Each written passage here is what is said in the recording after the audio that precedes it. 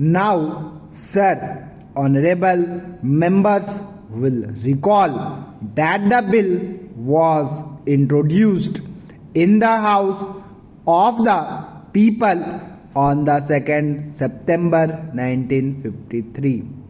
It has had a long history and in one form or another it has been before the public since the end of 1949.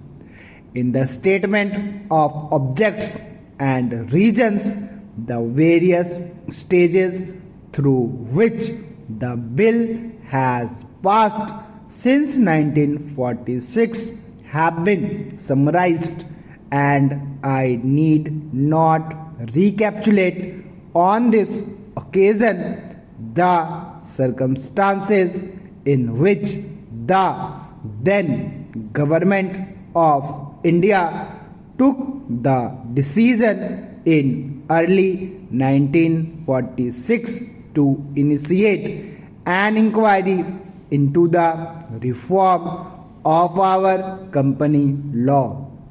I would remind honorable members that between 1946 and 1948 the entire field of company law was carefully reviewed by two distinguished company lawyers who were appointed to recommend the broad lines on which the present act should be revised.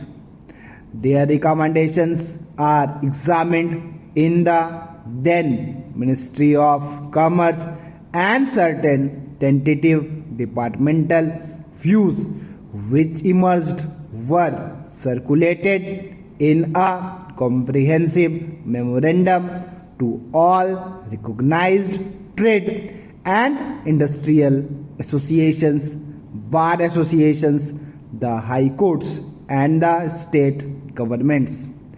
That brought us to the end of 1949.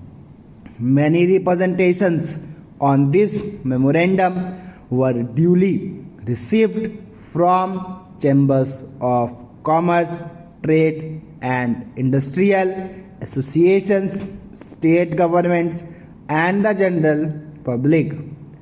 At the end of 1950, the government of India appointed a committee under the chairmanship of Sri Bhabha to go into the entire question of the revision of the Companies Act with particular reference its bearing on the development of trade and industry in this country. The committee examined a large number of witnesses in many parts of the country and submitted its report in which 1952 March. This report again was circulated to all state governments, chambers of commerce, trade associations, high courts, and many other bodies.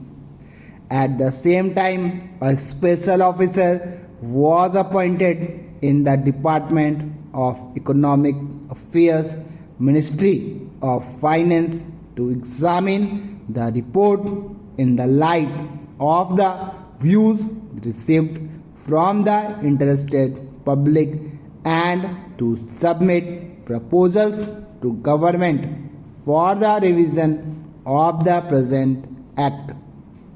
The bill now before the House is based largely on the recommendations of the Company Law Committee, modified in a few particulars. Honorable members will notice that so far as public relations go, the bill has covered adequate ground.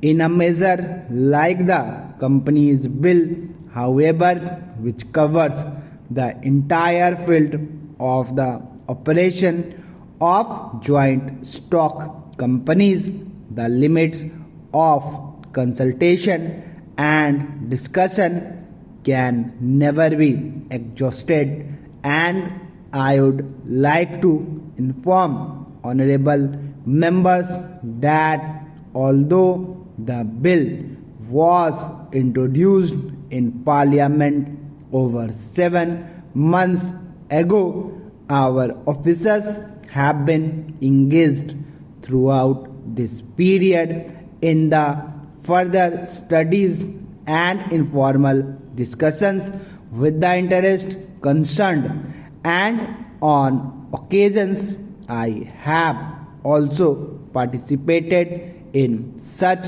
discussions. I have also given some further thought to some of the issues arising out of the bill and propose at the appropriate stage to bring before the select committee any changes in the provisions of the bill which seem to me to be worthy of consideration in the light of this further examination.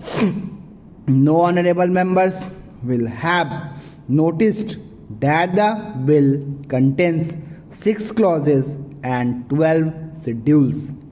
I think it is probably one of the longest legislative measures in recent legislative history, but its size might be regarded as misleading unless I make a few comments. The bill is both, one must remember, a consolidating and amending measure. As mentioned in the statement of objects and reasons, this is the first opportunity which has occurred since 1923 for the consolidation of the Companies Act.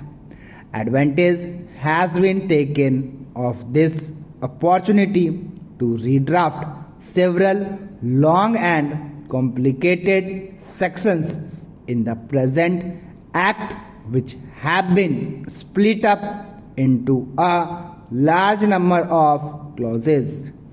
This is the largest single factor accountable for the increase in the number of clauses in the bill. New clauses embodying substantial changes in the present law would hardly constitute more than a small fraction of the bill. I would also draw attention to the structural changes in the bill to which a reference has been made in the statement of objects and reasons. The redraft of the bill and rearrangement of the existing chapters in the Companies Act in a more logical order have, I think, resulted in a noticeable improvement in the form of the bill, and I hope will facilitate better understanding and appreciation of the scheme. I wish that the Act, which came into effect long ago, was implemented properly. I know that the Minister here is very earnest in implementing it.